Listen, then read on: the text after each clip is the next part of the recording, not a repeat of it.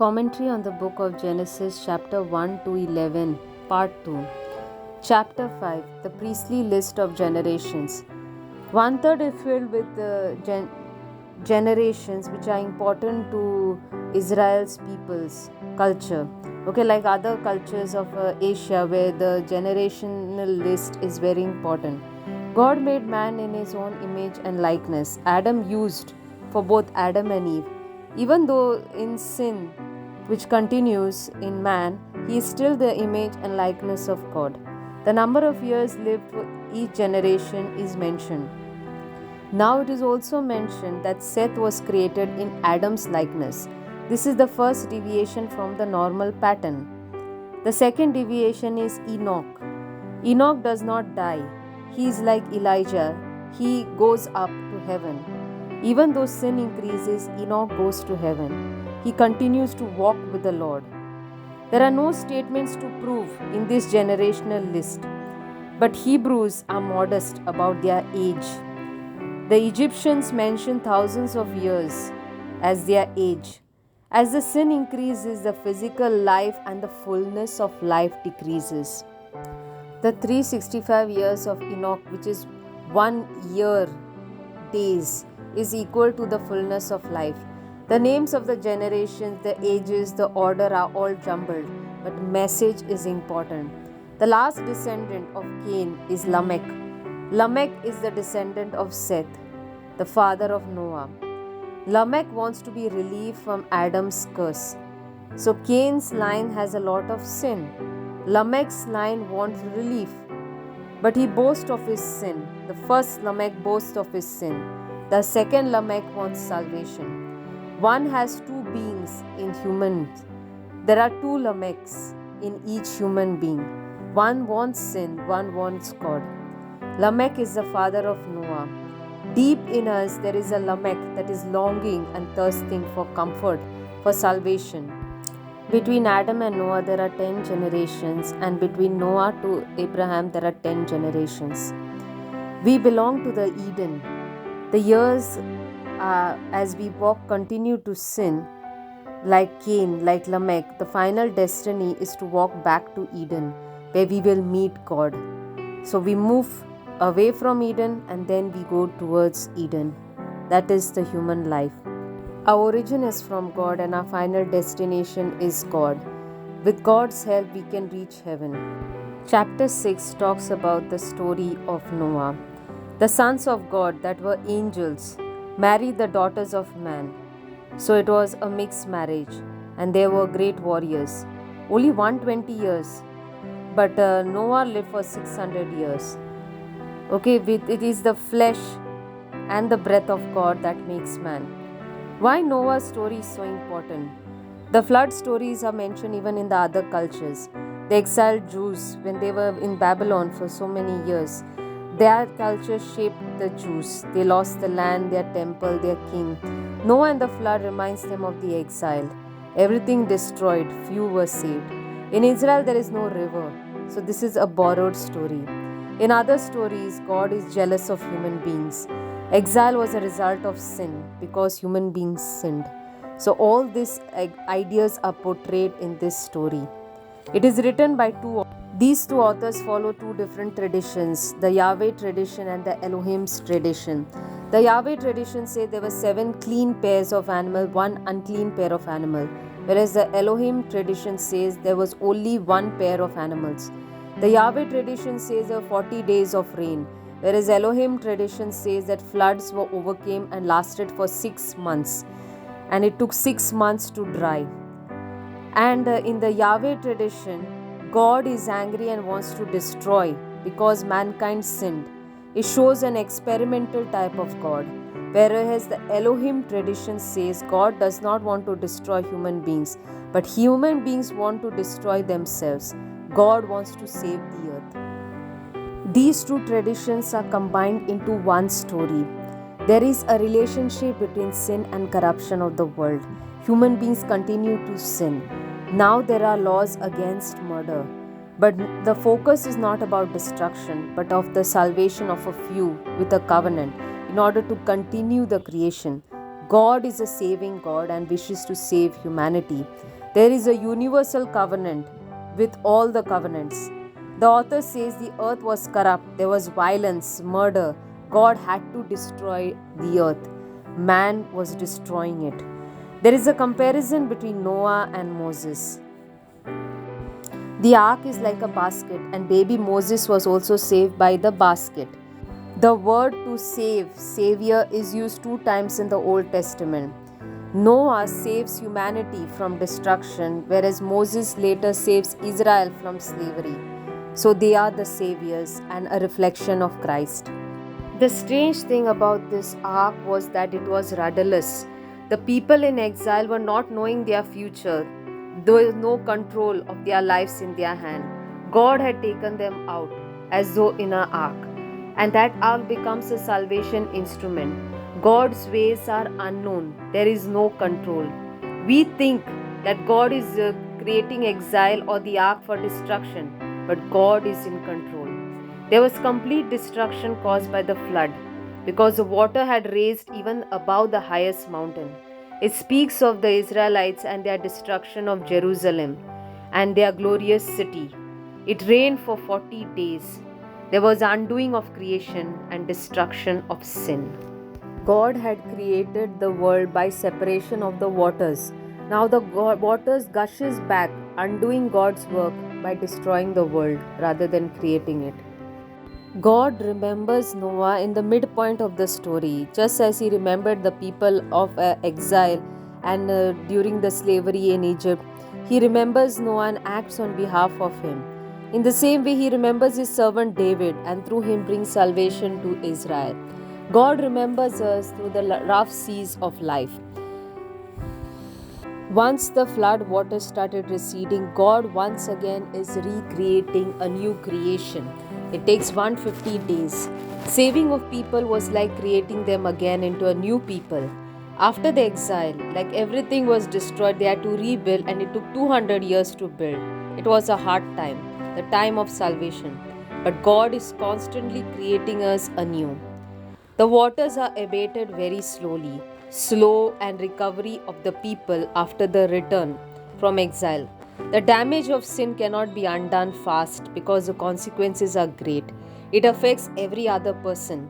There is social disaster. You put demands on faith, wait on God in His time. Noah waits and the water recedes. Wait in patience, in faith and hope in God. Why was Noah saved? Being in the ark is being saved, and being saved is a gift and a task. The Israelite understood that there is a responsibility when you're called and you're saved. And to be saved is to be set apart, to be a holy nation, a royal priesthood. Not an intrinsic exclusive church, but to be the people of God. God calls and God saves. Being a royal priesthood is a connection between God and the people to take us closer to God by our good behavior. The priesthood is a mediation between God and man. Never again will God destroy or punish. This is a promise given even by the prophets after exile. In effectiveness of starting afresh, there is no system which is perfect, which gives human redemption. But God wishes to save man. God blesses Noah and his sons in the same way that He blessed Adam. And Israel was saved for humankind and for the sake of creation. The righteousness of Noah. Salvation comes only through obedience. God had given Noah every grace in order to be obedient. Noah showed favor in God's eyes. He was blameless and righteous and walked with the Lord. Obedience to the Lord is required even by the priests. People are saved only through one man, that is Noah, similar to Abraham, Moses, and Jesus. Noah offers a sacrifice pleasing to the Lord, which is symbolic of his life. Aroma to the Lord, unlike Cain, who offered an offering which was not symbolic of his life. Righteousness and obedience is very important. There is a sacrifice theology where the odor, the life, is pleasing to the Lord. A sacrifice represents life. The consequence of sin is that it brings disorder. But now, after the recreation of of mankind, God brings order back. There is no more killing, which is an important commandment. We have to be caretakers, not destroyers. No fear or dread of human beings by animals. No natural disasters to destroy human beings. We can eat meat because Genesis says eats fruits and no meat. But there is a lesser lifespan. Everything can be eaten because everything is given by God. There is a covenant established, an agreement, a sign for human beings to understand their responsibility and remind God of His responsibility and remind us of our responsibility not to destroy the world. Genesis chapter 10 and 11. It talks about the sins committed by Noah's son. There is a Tower of Babel also, and God is jealous and scatters the people. There is a curse on Ham's son, looking at the father's nakedness. Ham sinned, not the son. Why did the son pay the price of the sin? Why Canaan is less privileged than his neighbors? The descendants from Noah's son were three. They develop each with their own language. They are the descendants of his son. There are three parts. End of each author says is critical. There is a conflict with the next story, the Tower of Babel. Each son has a new language. He is going out into the world. They spread and fulfill the blessing given to Noah. There is diversity, and God wants to develop culture and language. Customs are good. There is a mighty warrior which comes out from this generation of Ham and Cush, Nimrod. As civilization develop, people can be warriors, yet they are good people. Babylon city of a Nimrod, which is a bad city. Something good and something bad both can come from the same roots. From Shem came the Jews. He is the first son of Noah. This is one of the most unique stories in the Bible, the Tower of the Babel. It is parallel with stories of other cultures. The Jews thought of the time in exile. People built rich houses. In Babylon, there were no stones. The Jews come from mountainous areas. When in Babylon, Jews saw big buildings and therefore they are jealous. There is advanced civilization. Babylon is flat. There is no mountainous region. There are more rivers. They offer sacrifices on mountains is mostly done by the Jews. They built artificial altars like that of Israel, now in Babylon. The ziggurats of Babylon, they are step structures. The highest tower of the Babylons, the house of the fountain of heaven and earth. The point of the story is the building not necessary for worship. But in Davidic time there was no temple. Building a tower was not wrong. But building it for yourself and for your identity and building it with the wrong intention was what created the whole problem. We get identity of being the children of God, but now with our own human effort and human pride, we want to show independence from God. That leads to sin. The Babylonians with their high places of worship called ziggurats, where they offered sacrifice, were showing off. Their purpose of civilization was very much for selfish gains. So languages were few words during those times, but there was a false unity. Everyone was more or less the same. The tower was a symbol of false identity. It was pretending to bring the people together, but actually scattering them. Different people with simple languages, they disobeyed God. They did not want to be children of God. There was a false unity. They were not acknowledging the rich diversity. They were forgetting that they had the same language. They were trying to force the other to be like them. There was no community mindedness. There was a false unity which led to the breakup and scattering. Therefore, they were not godly people but confused people. False unity, false identity led to the scattering of the people because the foundation was not very good. No man can be independent of God. There is a false unity which leads to confusion. Babel or Tower of Babel means confusion. Babylon had this gate of God. It is not the gateway to heaven, but a gateway of sinfulness and of scattering due to human pride. Scattering is a natural cause of human sin. When Cain sinned, he became a wanderer. When the people here sinned, they were scattered. The significance of the story is understood in the New Testament when we compare Adam and Jesus. Pentecost versus the story of Babel. Pentecost brought the Holy Spirit and unity, whereas the story of Babel is scattering the people. The gospel that is preached in one language of unity, Trinity, communion with the Father, where the God gives us the grace to go back to Him. Babel is a symbol of disunity. Pentecost or Christ is inviting us to true communion with God. Accept others as brothers and sisters. It is not imposed upon us. This is perfect communion, the perfect giving and receiving, and not stimulating the other person for wrongdoing. Holy Spirit speaks different languages, yet they are united. The story criticizes the advanced civilization. Advanced civilization is to give God glory by using the instruments and tools. It could be a symbol of seeking God, not being independent of God. Your gifts are to be used for communion. The Holy Spirit gives us so many gifts which we need to discover. Each should contribute to building the church, the communion of communities. So this part ends with preparation for Abraham, the descendant of Shem, Terah, Abraham and Nahor. Salvation comes from Abraham.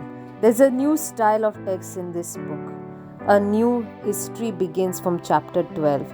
There is a historical seal and a truth, a lesson to teach us from the historical account of Abraham. Let us now summarize the chapters 1 to 11. We saw how God created the world and God created human beings from the dust and gave them a breath.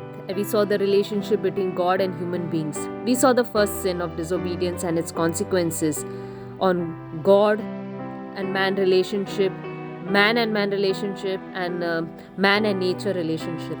As sin increases, the murders and other crimes increase. We see the murder committed by Cain, and then Lamech commits 77 murders. As sin increases, yet we continue to be the image of God. Sin destroys our relationships, and finally sin even brings the flood. And flood destroys the earth, but God saves creation through Noah. Sin is intrinsic, it is part of our concupiscence, which is part of our human nature. And then there is a Tower of Babel which comes up, which shows false unity imposed on the other. It actually breaks and scatters the people. But God finally saves the people with the coming of Abraham and later in the Holy Spirit in the church.